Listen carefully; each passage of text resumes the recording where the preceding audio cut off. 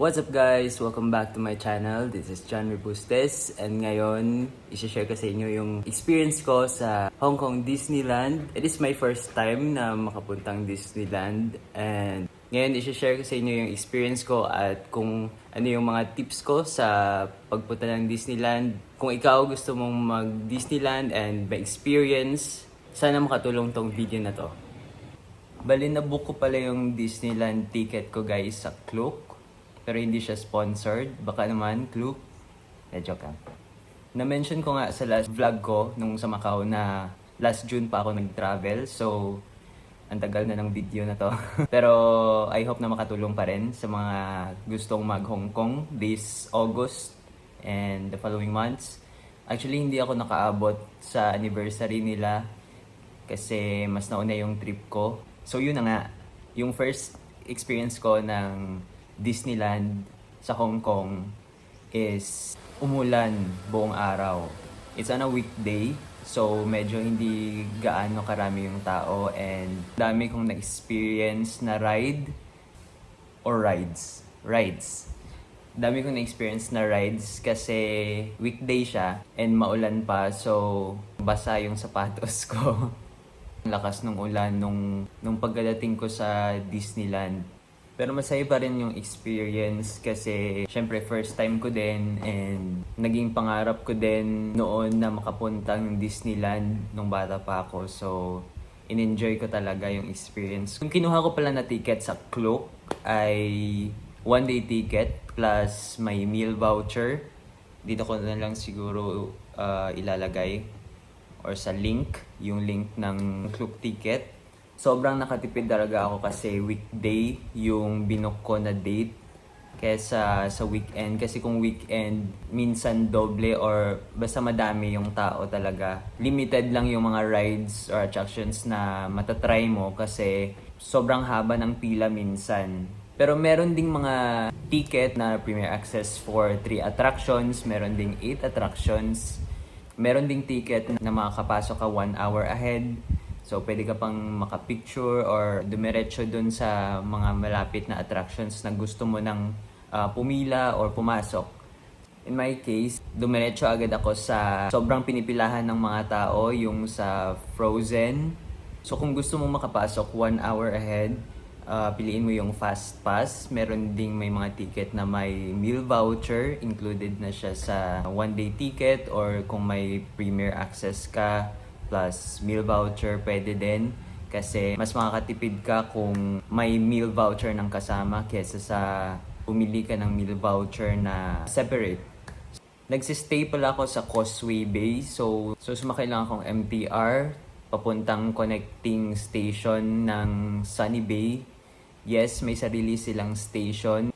And pagdating mo doon, sasakay ka lang ulit ng train papuntang entrance ng Hong Kong Disneyland. Pagkadating ko doon, pinakita ko lang yung ticket, yung voucher ko sa phone. Hindi na ako masyadong nakapag-video kasi sobrang lakas talaga ng ulan. Buti na lang lagi akong may dalang payong nung trip ko. Additional tip pala guys, magdala din kayo ng mga water container. Pwede kang makapag-refill doon sa mga malapit sa toilet nila sa labas. Kaya makakatipid ka talaga pag may water container ka kasi hindi mo na kailangan bumili. Kasi ang mahal talaga ng mga pagkain doon. So pagkapasok ko, diretso agad ako doon sa Frozen kasi sobrang lakas ng ulan. And nakikita ko kasi yung iba na nagpipicture pa sa labas. So grinab ko na yung opportunity na makapasok doon sa Frozen para matry ko na siya agad. And sobrang ganda ng Frozen talaga kasi parang totoo sila yung mga characters. Tapos up close pa, tapos magra-ride ka sa parang boat sa loob. Parang kasama mo talaga sila, makanta. Although hindi ako masyadong fan ng Frozen pero na-appreciate ko siya kasi gusto ko yung mga kanta nila. And may pa-surprise pa sa ride. Kayo na bahala mag-discover basta sobrang saya. And isa din sa mga reason kung bakit hindi ako naka-video kasi muntik na mahulog yung phone ko. Kaya unang ride pa lang, sa Frozen pa lang, nilimit ko na talaga yung paggamit ko ng phone kasi solo traveler ako. Tapos kung mawala pa yung phone ko or malaglag sa tubig, sa mga rides, hindi ko alam kung paano ko siya makukuha or mababalik sa akin kasi Grabing inconvenience nun sa mga staff. Tapos baka tumigil pa yung operation. So, nilimit ko talaga yung paggamit ng phone ko habang nasa ride. And mas mabuti na din na i-secure talaga yung mga gamit kasi para hindi masira yung experience natin. Second ko na tinry is yung Wandering Oaken Sliding Sleigh. Since magkalapit lang din sila ng Frozen Ever After. And ang bilis ko lang natapos sa Frozen Ever After kasi nakapasok din ako agad and wala pa masyadong pila. Mabilis lang naman yung mga rides, 3 to 4 minutes. And sobrang saya din ng Oaken Sliding Sleigh kasi ang bilis ng ride. Pero sobrang enjoy ako sa Wandering Oaken Sliding Sleigh. Ang haba. Next ko is I think Hyperspace Mountain. Kasi wala din pila dun sa Oaken Sleigh. So, medyo nagsisi kasi pareho silang mabilis na rides. Tapos, sinunod ko pa silang dalawa. Kaya medyo umikot yung mundo ko nung natry ko yung dalawang magkasunod. Pero, isa din sa top rides ko yung Hyperspace Mountain. Hindi ako naka-video kasi madilim siya sa loob. Pero, parang nasa outer space ka talaga. Kung sa entrance nila, yung pipila ka pa lang, daming mga planets. Pero kung sa ride, hindi ka maka-video talaga kasi madilim siya. Pero sulit siya talaga. Next ko was Iron Man. Actually, kung busy and maraming tao talaga, hindi mo siya masusunod-sunod. Kailangan mo talagang di mo siya ma-experience ng sunod-sunod kasi 10 a.m. na nagbubukas yung Disneyland and minsan pag maraming pila, maabutan ka ng 12. So, kailangan mo mag-lunch and marami ding pila dun sa mga restaurant nila. Pero nung sa day na pumunta ako, mabilis lang yung pila talaga and okay lang na walang premiere access. Wala din akong video dun sa Iron Man kasi 3D siya. Pinasuot kami ng 3D glasses. Iba din yung experience or makikita mo sa 3D glasses kaysa sa video ng camera. So, wala akong video pero nagustuhan ko din siya. Yung next ko naman, since di mo na ako dumiretso for lunch kasi magkatabi lang sila yung Ant-Man and the Wasp, diniretso ko na din. Okay lang, hindi siya yung grabing exciting talaga na parang feeling mo action star ka sa kakabaril-baril dun sa mga kalaban. Pero okay lang din kasi chill lang siya, nakaupo ka tapos babaril-baril ka lang dun. So after nun, dumiretso na ako for lunch dun sa Royal Banquet Hall. Yung pagkain sa Disneyland, hindi siya mura. Yung in-order ko is yung parang pork chop na may tomato sauce and potatoes. Yun. Kasi yun lagi yung nakikita ko sa mga nagre-review ng pagkain doon kasi sulit siya. May kasama na din siyang soft drinks. Actually, good for two yung mga pagkain doon, especially yung pork chop. Sulit naman siya kaso mahal lang talaga. Sa meal voucher pala, pwede kang pumili kung lunch or dinner. And yung snack nila is either yung popsicle or popcorn. Dapat magamit mo siya within the time na nakalagay dun sa voucher mo. Ako pinili ko yung lunch tapos yung snack. After lunch, since sobrang busog ko, tinry ko yung sa Winnie the Pooh.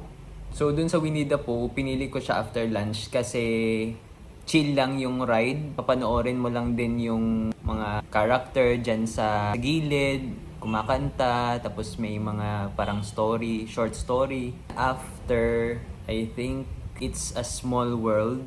Parang magra-ride ka lang ng boat, tapos papanoorin mo sila. Maganda siya sa loob kasi sobrang daming parang puppets na kumakanta, tapos may iba-iba pa silang language. Kinakanta nila yung It's a Small World. Na-enjoy ko siya kasi punong-puno yung sa loob ng ride. Parang wala kang makikitang space na walang decorations or walang mga characters. Maraming times din na nanood lang ako sa mga rides and attractions. Pero hindi ko trinay yung teacup. Kasi feeling ko kasi hindi ko makakaya yung paikot-ikot kasi baka sumama yung pakiramdam ko. Nanood lang ako kasi parang nag-enjoy yung mga nagra-ride doon. And then malapit lang din doon yung Mickey and the Wondrous Book. Hindi ko in-expect na matatry ko siya kasi wala siya sa list ko ng mga gustong itry.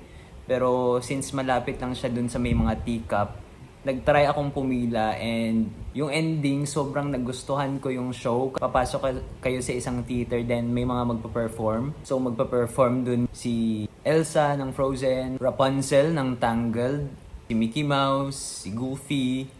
Pero yung hindi ko in-expect na magugustuhan kong performance talaga, yung sa Princess and the Frog yata, yung naka-yellow na babae, yon yung the best na performance kasi ang ganda ng vocals niya. Wow, naging coach. Basta maganda yung pagkakanta niya, yung boses, tapos yung performance nila kasi madami siyang backup dancers, tapos very alive yung stage.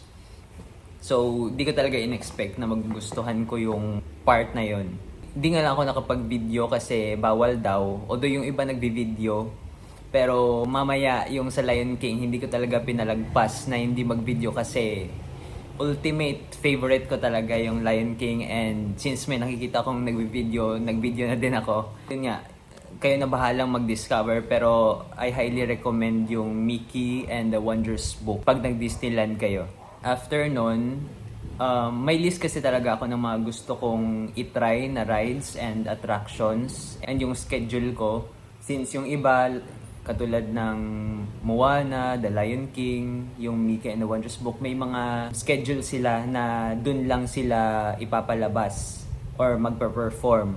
Since wala namang fixed schedule yung mga rides, and nasingit ko naman yung Mickey and the Wondrous Book, yung next kong tinry dun, since may time pa, actually yung favorite ko din sa mga rides, yung Big Grizzly Mountain. Roller coaster siya, tapos may pa-surprise sa dulo.